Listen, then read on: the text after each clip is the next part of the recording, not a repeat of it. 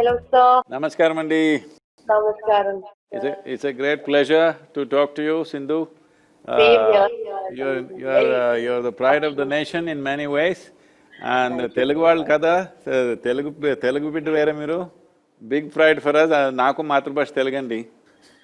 Oh, అవునా sir. Actually నేను అడగదాం అనుకున్నాను సార్, మీకు తెలుగు వచ్చా మాట్లాడతారా అని, but really talking in Telugu is definitely a great thing.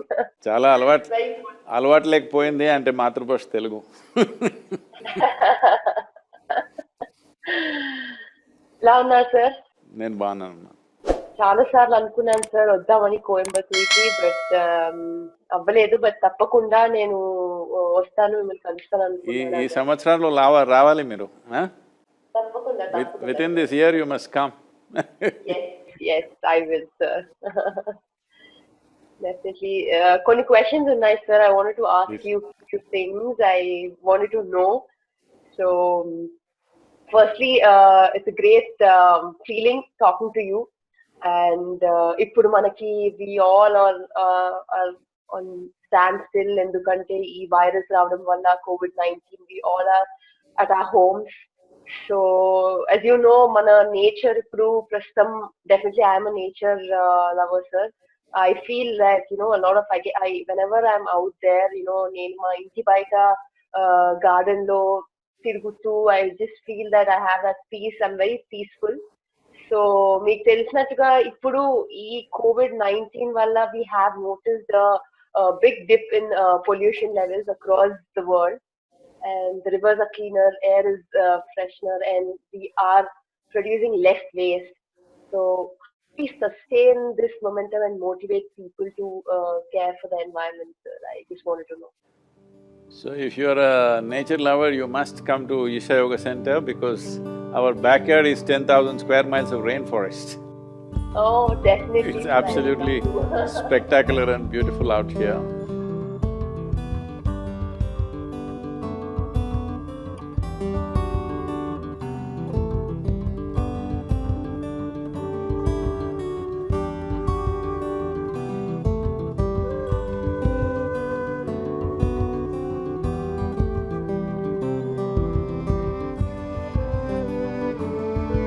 Well, in the last 40 years, I've stayed home for more than 40 days for the first time because of this virus. Thanks to the virus, unfortunately it's taking lives, otherwise it's a beautiful opportunity for me. So, talking about less pollution, all this definitely has happened.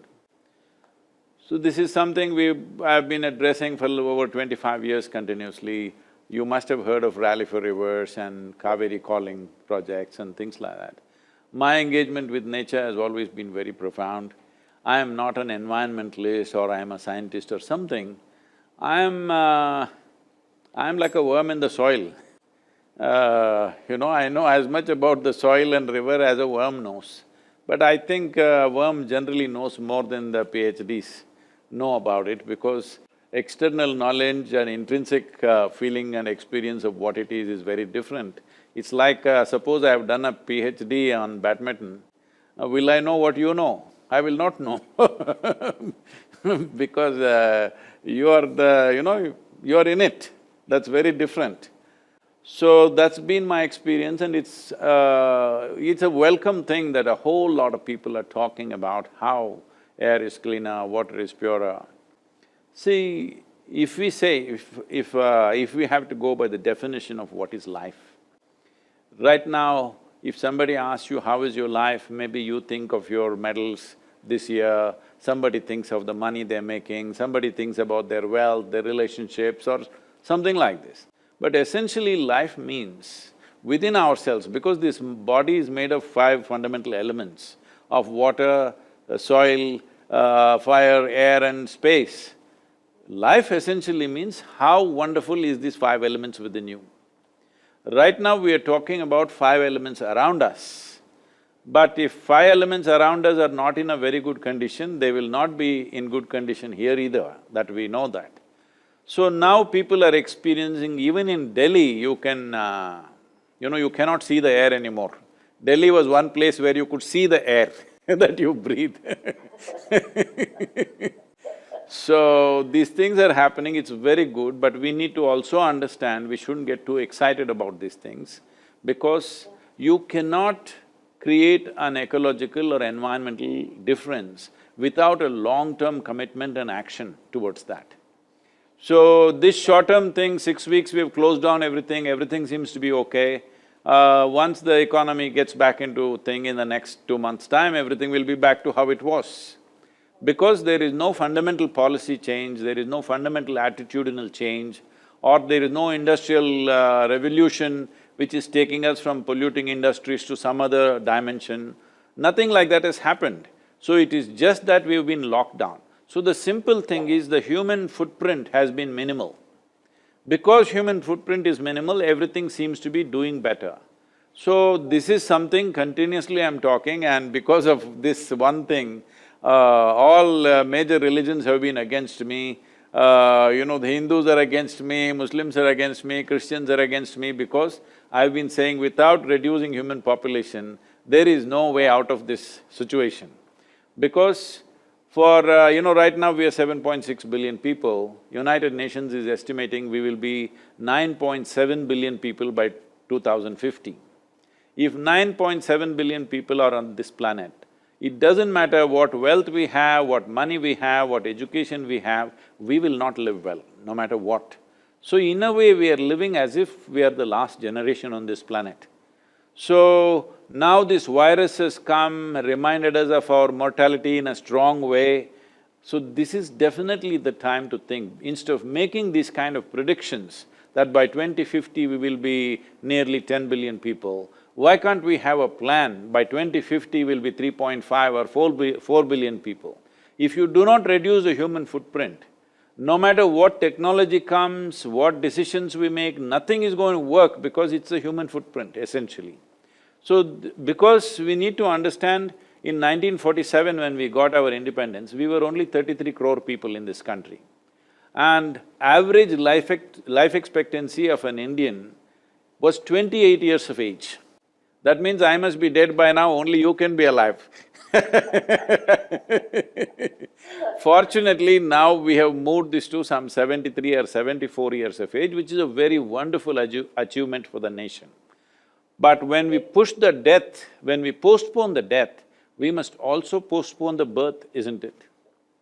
We have done it in a minimal way, but we have not done it significantly enough to make the difference. If we don't do that one thing, we can go on talking about it, but disaster will continue. Because the level of ecological disaster, most people are not conscious of, they're only thinking pure air in the city. That's not what it is. From 1970 to now, in the last 50 years, nearly 70% of the vertebrate population has come down, animal population. Yeah. So, similarly, insect population, bird population, everything is going down. We need to understand our life is not independent of all these lives. Only when all these lives are functioning well, our life also will happen well.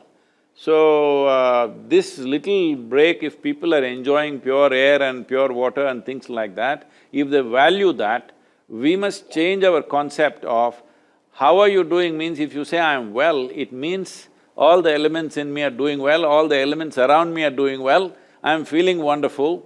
This is what it means, not the money in my bank.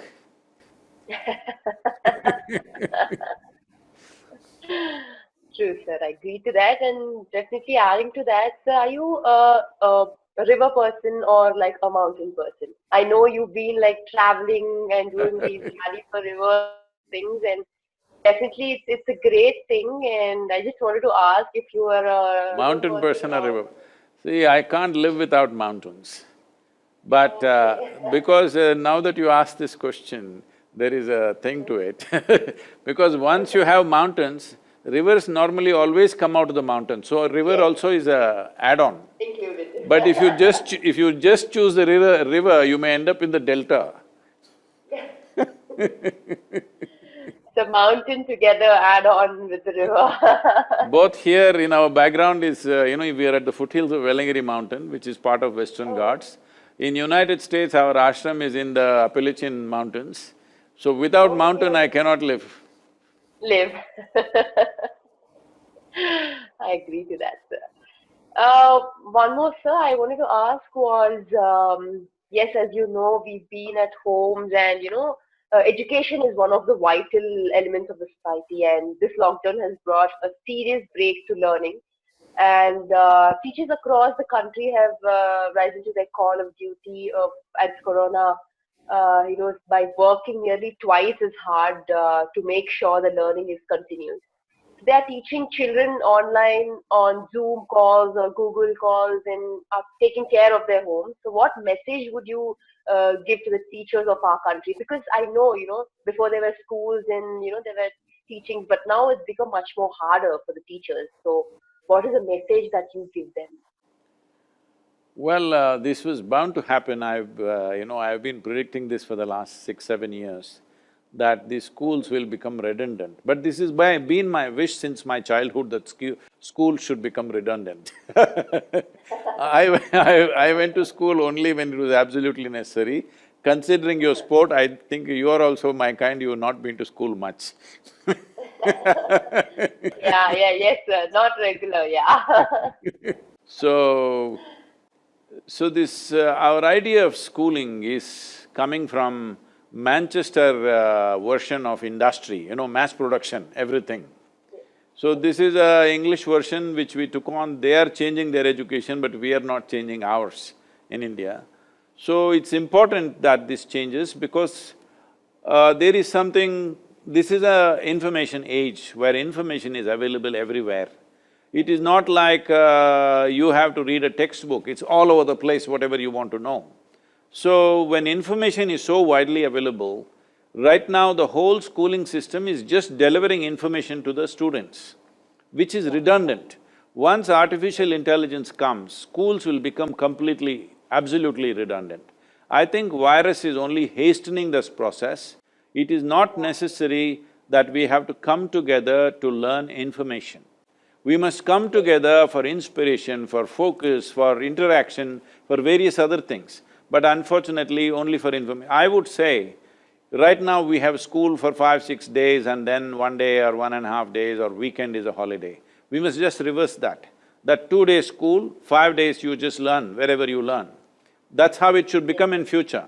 But we have built enormous amount of physical infrastructure, the amount of buildings around the world in the name of schools and colleges and universities is phenomenal.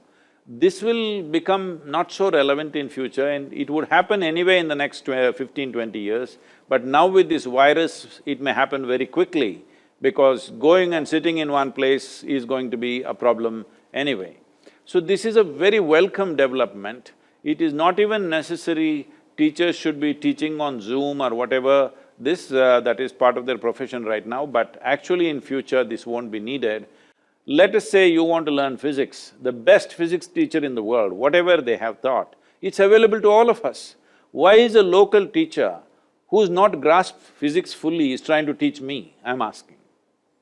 You and me want to learn physics or chemistry, the best possible teacher who's taught in the world is available, we must learn from that.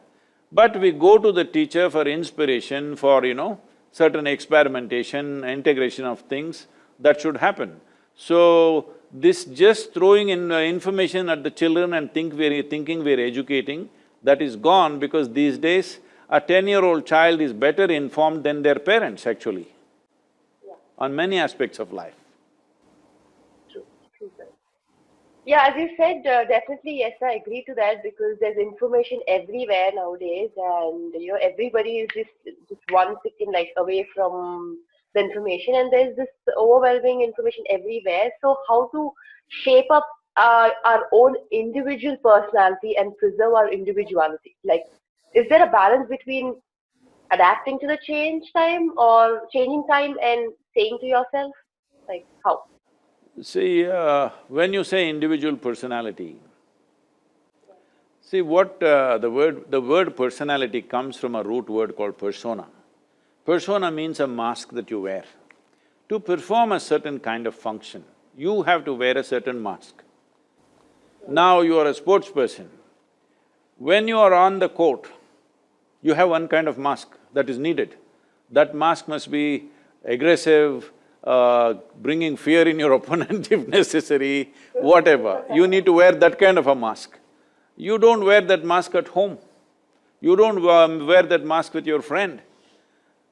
Because this mask means you must be able to wear by choice and take it off. In this virus time, everybody is masked, no choice different kind of mask But that is what personality means. To perform different types of activities, we need to structure ourselves in a certain way. But what happens over a period of time, by the time people are 30, 35, they've gotten stuck with one mask. They're not able to take it off. Everywhere they are the same way. Now it'll become a painful experience.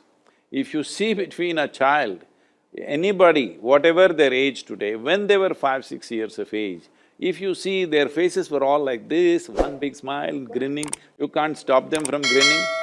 But slowly it becomes so grave and long, simply because they're stuck with their own personality. One mask they wore and they can't remove it, all the time it's stuck.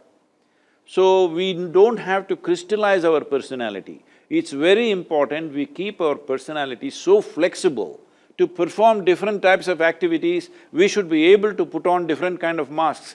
Without a mask, you cannot work. Without a personality, you cannot function in the world, that's for sure. Yeah. But you don't have to be stuck with one persona. You can be a different person as the situation demands, you can be that kind of a person. That is when you will find full expression to yourself, otherwise you will get stuck within a structure that you created. It's a prison that you build and get stuck to it. If somebody imprisons you, that is unfortunate but understandable. But if you imprison yourself, it cannot be anything more stupid than that. But that's what is happening to 90% of the humanity most of the time. But, to this answer, I would just ask that, talking about mask, but I feel that it's not just to yourself. I know you want to be happy, you just want to remove your mask, be happy, stay happy, but it also depends on the other person that you talk to or you react to. So I'm sure, that time your mask is again on. So what do you do for that? Like, for example, you're talking to a person and you don't like that person and you have to act accordingly to what he say, and you might say like, okay, you know what, that is what he said and I have to act in a way that, okay, I need to be nice to him. So how do you react to that? See, mask… Because a lot of times it happens, like for everyone, I'm sure. Tell me, who is that guy first of all? No.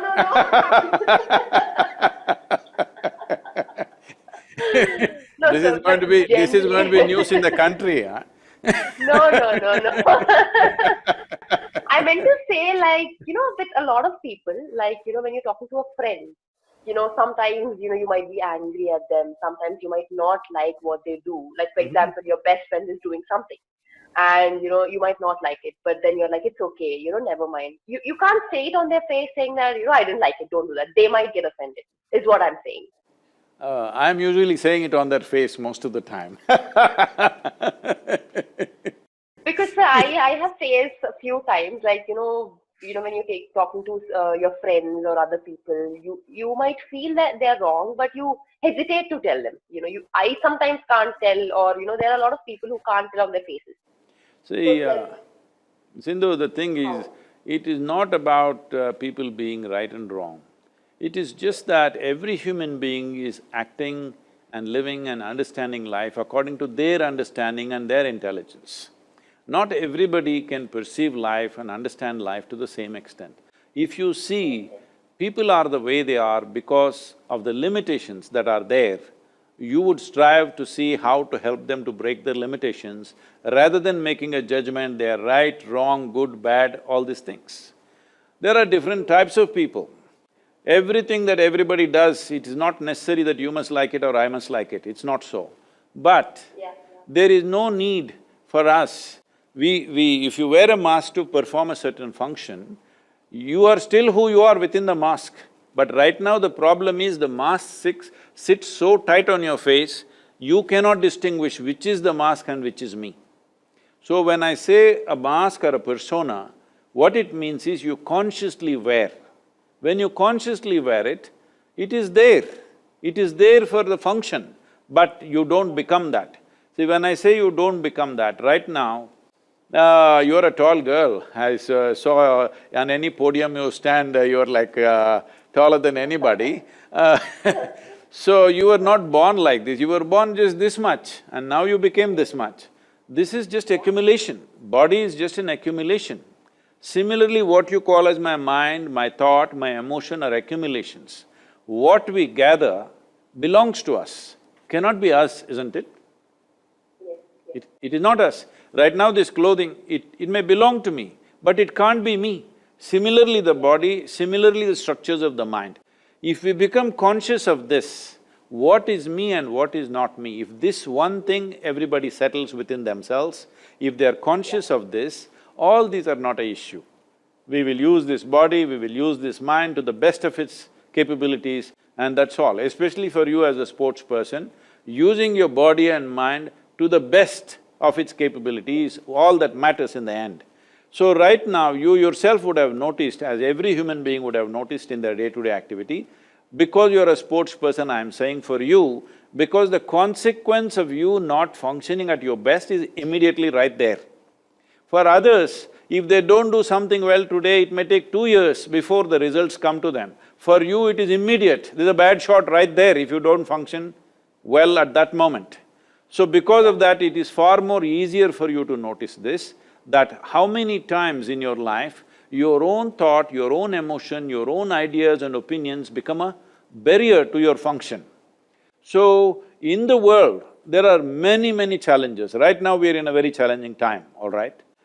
But you yourself, your own faculties, your own thought, your own emotion, your own functioning of your body should not become an impediment in your life. That is the most important thing every human being should do. What the world will allow us to do or not, we don't know. It depends on the times we are in. See, today, because you're in 21st century, you're wielding a racket, but probably if you were here 1,000 years ago, you would be wielding a sword or something else, you know. I'm saying it is the times which is allowing us to do what we are doing. So, at this time, as there are possibilities, there are challenges.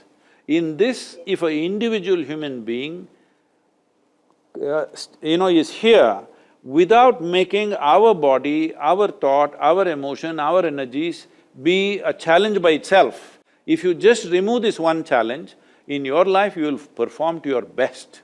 Your best will be the best in the world, we don't know.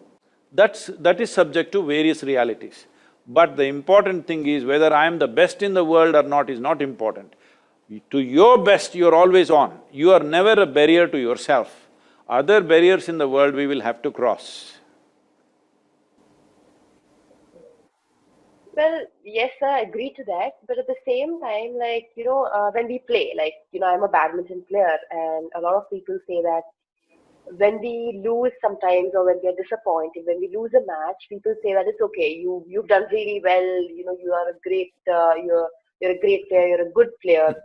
So people say that, when playing, like when I'm playing a match, people say that you shouldn't be uh, too much thinking that, okay, I'm a great player, I can win whatever match, any match I play. And you shouldn't be overconfident, but you should be confident.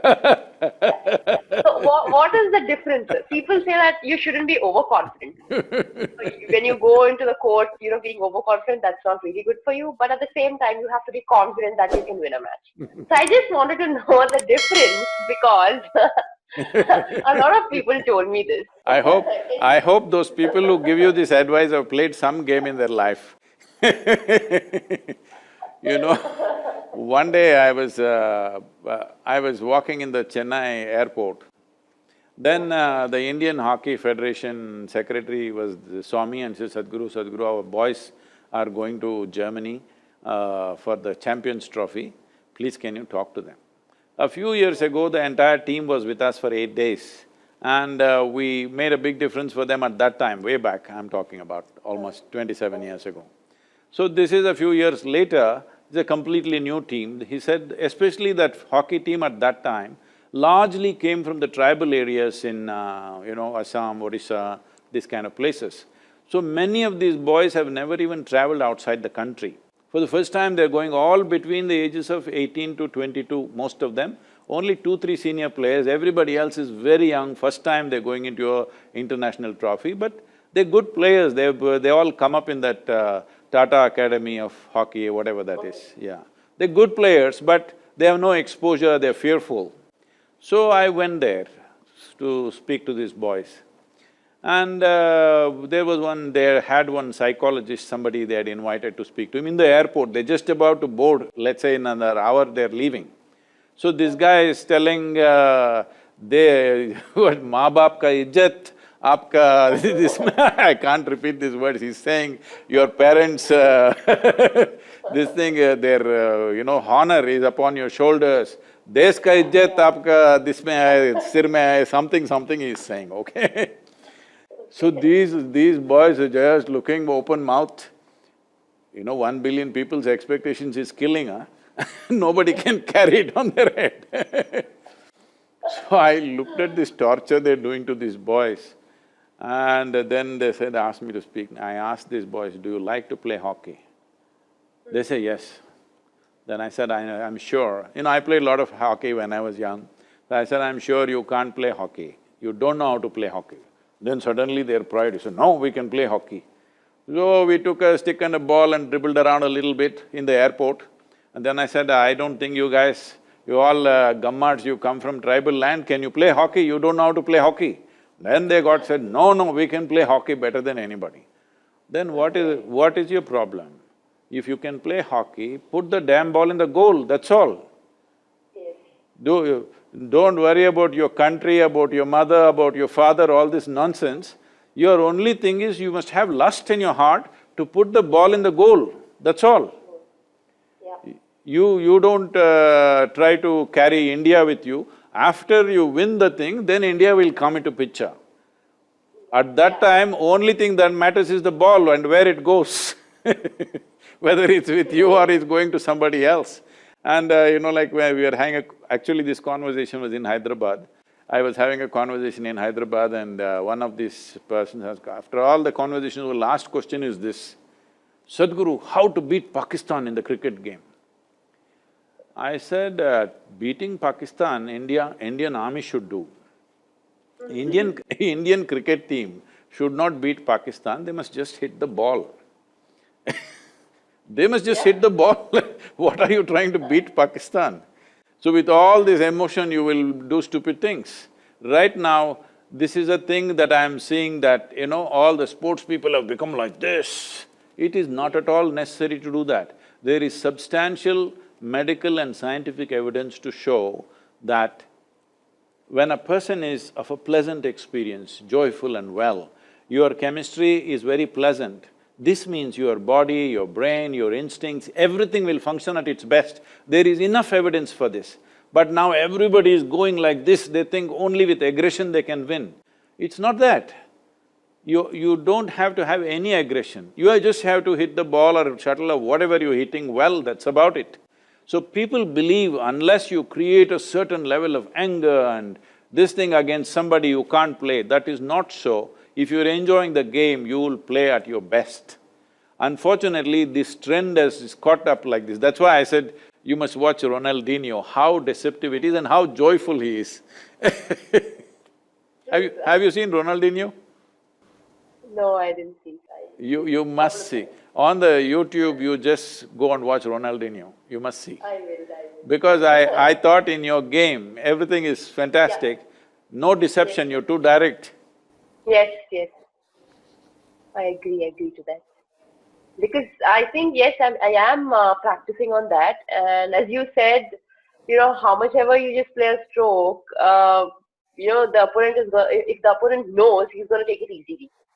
Yeah. And I'm sure like when you play against someone and it's just a difference of like 2-3%. But I think if I improve my deception, as you said, definitely I'm gonna raise, some more percent higher. And I think, talking about tall people and, me having that good reach, as you said, yes, definitely I have to utilize that and, I'm definitely gonna improve a lot more if I really focus on that. Yeah, today morning I watched you playing. Did you find any mistakes, sir? Like, No. do you have any… See, what I'm seeing is, you're playing with a Japanese girl, Yeah. whatever her name. She is… I mean, Okuhara, yeah. both of you are international classes of players, there's no… It's not for me to teach badminton to you. But what she's covering with 1.5 steps, you're covering with a single step, the space. Yes, yes. Don't take me wrongly, I'm not saying anything that way. No, no, no, no, no, no, You're actually built for tennis, but you're playing shuttle. I'm saying it's a much smaller court compared to your tennis court. So you covering it so efficiently and it's much easier for you to do that. But a shorter person is always much easier, a smaller person always is much easier to bend, fold their body and get it back quickly. A taller person always has little more difficulty in folding the body and unfolding the body. So always it is important that you don't waste those, those folding the body kind of shots for your opponent when the person is short, because they will easily take it. In your mind, because you're a tall person, it's so difficult for you to go down and take it. You give them those shots, they will take it because they're so small and they're effortlessly going there. Apart from this, see, there are 5 elements in our body: water, air, fire, earth and space. This is called Akash. There is a certain dimension of energy in the human body, the way it functions. The dynamics of yoga is related to these 5 elements, it's called Bhuta Shuddhi. That is, if you cleanse these 5 elements in a certain way, your body will function at its best. That includes… when I say body, in yoga there is no mind and body separately. Mind is also a mental body. Everything is body, that's how it is seen.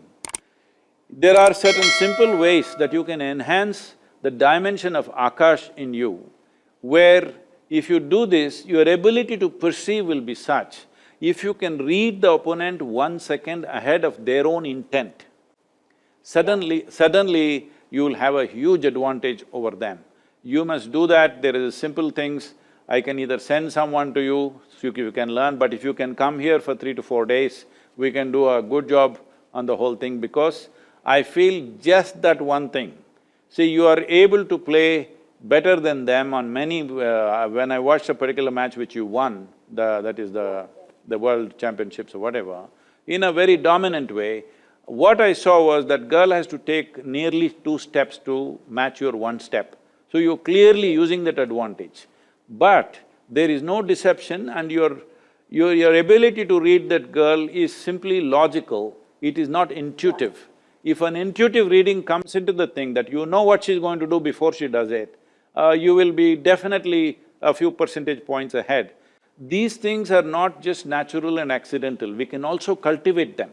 See, every human being has this. I'm sure as a sports person at that level, you have some intuitive way of looking at things, but it can be cultivated. As you have cultivated your body and your skill of playing the game, you can also cultivate your intuitive nature so that you're able to see what's going to come now. Just 1 second advantage if you have, nobody will be a match. I'm particularly concerned because the shelf life of a professional athlete is so small, you must exploit it fully when you are there. Yes, yes.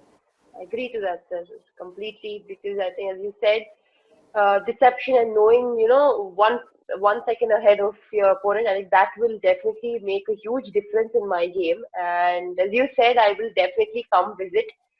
And I will only come and with my family and stay there for a couple of days, and I'm definitely gonna enjoy it, because I was thinking for a very long time that I would come to Coimbatore, but after this lockdown or whatever, I'm definitely gonna come there. So I'm sure I will enjoy it, because as you said, rivers, mountains, and a lot of nature.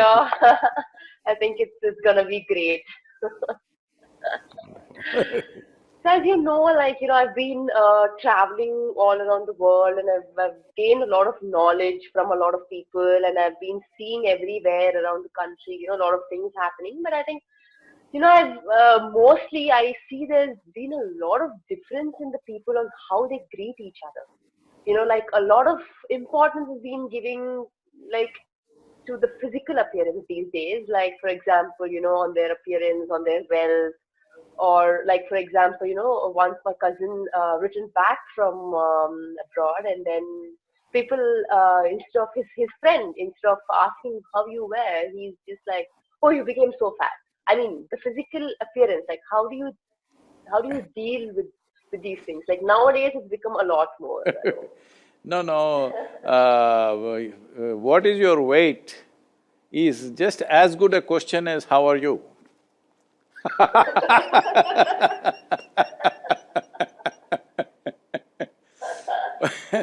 How about what is your wealth, what are you worth financially? Well, you're in Hyderabad, huh? That doesn't happen everywhere, but Hyderabad. Which car are you using? Like a lot of things, not one or two. Yes, see the thing is, we went towards market economy. Market economy is fine because other financial arrangements that we tried to do in the world didn't really succeed for whatever reasons. So this has been a reasonably successful model, though it leads to a lot of exploitation of environment and also people in many ways. But this has been the only successful financial model on the planet. But we did not understand market should be in the marketplace. Right now our minds have become a marketplace, everything is a transaction. So, you're in Hyderabad, I mean, I'm sure you're well about that, but for most people, if a girl or a boy has to get married, first thing is how much wealth do they have? That is what they're checking out. How much are they worth? And they'll get their properties evaluated before they get married. So, it's very, very unfortunate that's come because market has entered our mind. Market should be a successful market. Market should be successful if all of us have to live well. But our minds and hearts need not become a transaction. Transactions are for our external well-being, we have to do transactions and we must do it well, of course. But everything in our life need not be a transaction. Unfortunately, right now, every human relationship has become a transaction. Whatever you do, it is all about what will I get, what will you get. So the entire spiritual movement in the process here is, or anywhere is, what a spiritual movement or what a spiritual process means is, you first get rid of one question in your head. Whatever you're doing, one question, what about me? You eliminate this one question, 90% of your spiritual work is done. The remaining part is very easy. Yes. You never think in terms of what about me. When you're playing a game, you don't think of the medal or the cup or the fame and fame. All you want to do is you want to do this well, that's all. There is no what about you, you just want to play well. If everybody gets that in every aspect of their life, that what you're doing, you do to your best, there is nothing more, there is no greater joy than the world allowing you to do what you love to do. What should you get out of it? You don't have to get anything out of it. You're doing what you care to do and the world is allowing you to do it. That's the best thing that can happen in human life. True, sir. I agree to that. I think definitely I'm sure, sir, I just wanted to ask you that, like for one question you have like 10 answers and very different, and I don't know how spontaneous you are, you're just like very quick, and a lot of people are very shy, they hesitate to say sometimes, and they're very shy, they just keep it to themselves. So how do you overcome shyness? Shaya, I'm not a young girl like you. No, I mean a lot of people. Not, I'm not asking you, sir. I'm just saying that you're very spontaneous, and people out there hesitate to, say a few times, or they're shy. I mean, initially, before when I was really young, I was really very shy. So how do you overcome? Not do you, but how do people overcome? Is what I meant. So, see, people… This is what I said, people making their own thought and emotion a big impediment. See, human beings are the only creatures on this planet who are referred to as beings, isn't it? We don't say an elephant being, ant being, tiger being, no, only human is a being. This means we are supposed to know how to be. How to be means, right now you're here, you're supposed to know how to be. It doesn't matter what I say, it doesn't matter what you say, I should know how to be. If you knew how to be, would you be blissful or miserable? Blissful, obviously. Of course the choice is that. So whatever the external situation is, whether you're winning, losing, you're a champion, you're not a champion, you're rich, you're poor, if you knew how to be, you would be blissful, isn't it? Because human experience is generated from within. So if you're blissful, your body will function at its best, your brains will function at its best, and this is all you can do in your life. That your body, your brain, everything within you is functioning at its best. From this, depending upon the times in which we exist, as I said earlier, if you were here 1,000 years ago, maybe you would be a Kakatiya warrior, I don't know. Did the Kakatiya women fight, huh? I think they did. So now 21st century, no sword, so you're wielding a racket. So this racket, sword is a consequence of times that we exist in. But the important thing is, are you doing your best? When can you do your best? How can you do your best when you're miserable? Is it possible? So you can call it being shy, you can say I am tense, or I am agitated, or I am anxious, I am this, I am that, these are all different words. Essentially what this means is, your intelligence turns against you for some reason. When your intelligence turns against you, no gods in the world are going to help you, that's for sure. It is very important, everything that you got, if it functions for you, in spite of that there are challenges in the world, isn't it? You are a sports person, there are crucial moments when you know even if you play to your best, something doesn't work. Hello? Any number of times, isn't it? Even if you think you're doing your best, well, either the other person is better than you or something is not working, something doesn't happen the way you want. Because the more you take yourself to a peak, the more you notice it that the difference between success and failure is such a thin line.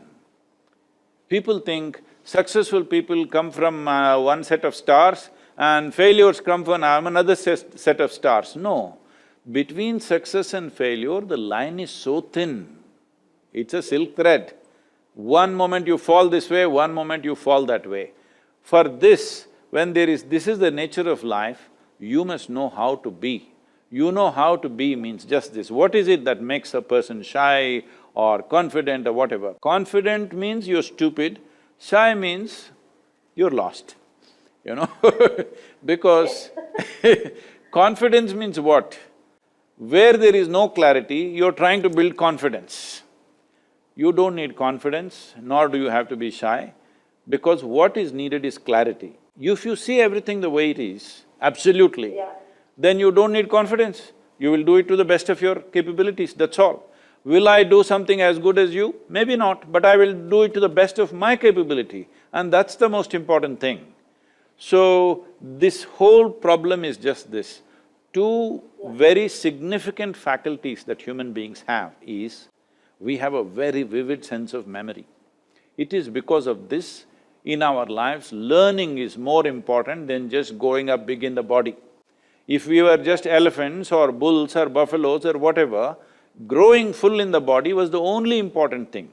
We also have to grow, but in our life, learning has become more important. Why? Because we have such a significant sense of memory. Our lives are rich compared to any other creature because of this vivid sense of memory.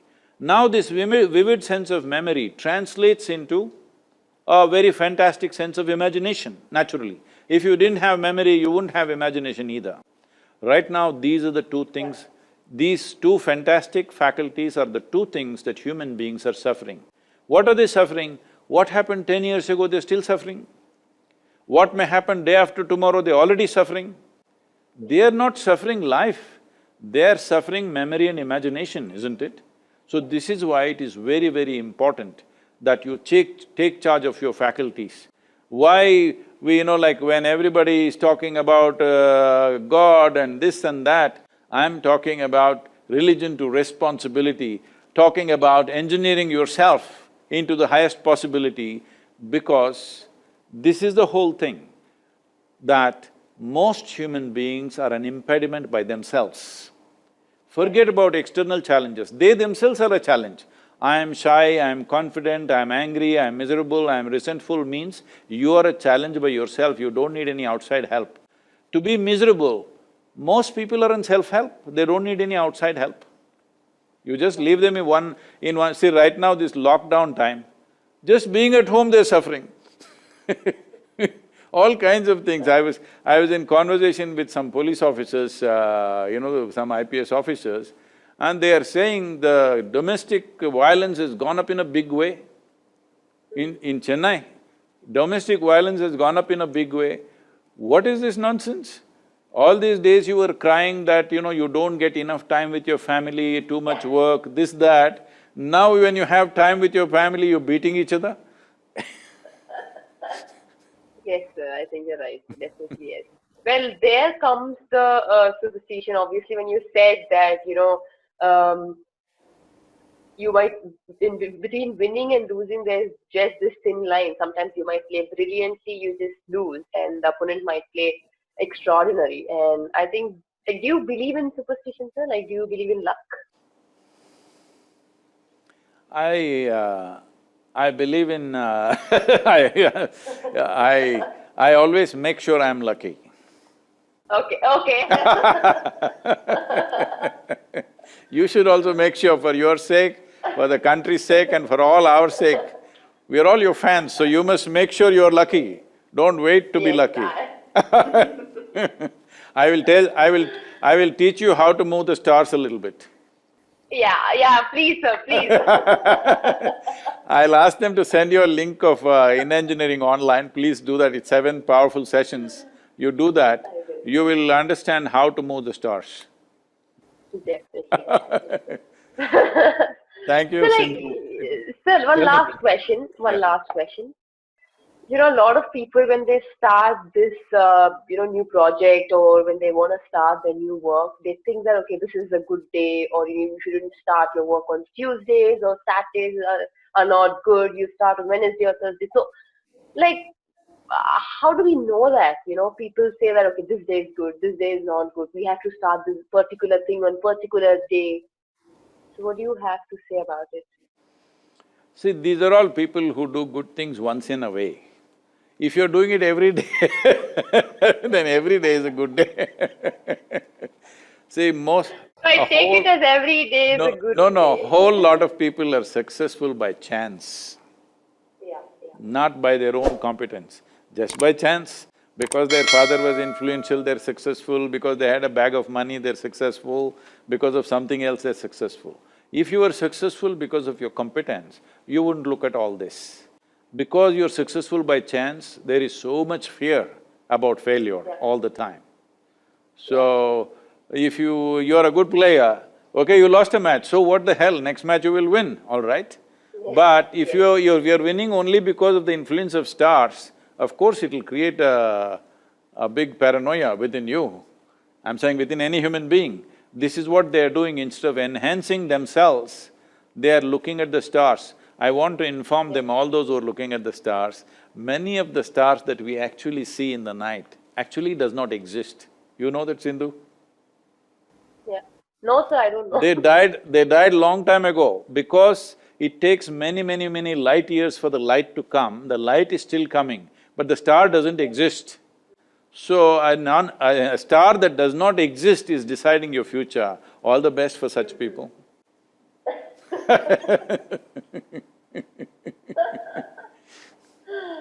You just see the shuttle, don't look at the stars. No stars, only the shuttle, yes. I am lucky, I have to say I am lucky. I was just thinking when you said shuttle, just 3 days ago I did a painting for a feather, of a feather, Okay, just a single that's feather. nice. I'll Oh, send a wow. picture to you. Definitely, yes, please sir, please do send. Thank you, Sindhu. Wonderful Thank talking. you, sir, We look wonderful forward to talking to having you. you here, please come with your family. Yes. If you come for like 5 mornings, if you're here, for about 3 Yes. to 4 hours every day, if you're willing to spend, Okay. we will Yeah. put something into your system which will be hugely beneficial for you. Some simple Yes. practices which can make a lot of difference in how you function. Definitely, sir. I will come with my family and stay there. And once again, thank you so much for giving me this Thank you. opportunity talking to you, sir. Namaskaram. Thank you so much. మీకు పెద్దవాళ్ళకు చెప్పండి మీ ఇంట్లో నమస్కారం చెప్పండి. చెప్తానండి తప్పకుండా. అందరూ మిమ్మల్ని బాగా ఫాలో అవుతారండి. They watch your videos. They really like. So when I told them that I'm talking, they were like so excited and they're just looking forward for it. నమస్కారం. Thank you. Thank you, sir. Thank you.